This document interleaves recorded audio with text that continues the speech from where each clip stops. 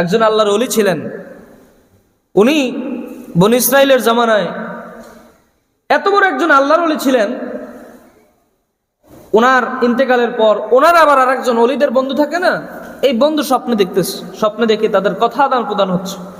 তখন ওই ওলি ব্যক্তি জিজ্ঞেস করছে, কেমন আছো, কেমন নাই, তুমি কয়েকদিন আগে ইন্তেকাল করলা, কবরে তোমার হাল কি, কি হালে আছো?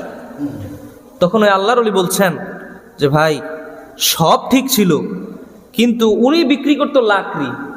কি বিক্রি করতো? লাকড়ি। চেনেন তো? ওই যে আড়া বান্ধে একেবারে মাথায় নিয়ে আর একবারে নিয়ে দাওর যেটারে বলা হয়, দাওর চেনেন তো? এই বিক্রি করতো। উনি বিক্রি করতে গিয়ে উনি জোহরের আপনার খাবারের পর, দুপুরের পর আর এক জায়গায় সার্ভ করতে গিয়ে ওই মাথায় নিচে এখন দাঁতের মধ্যে ঢুকছে আপনার খাবার।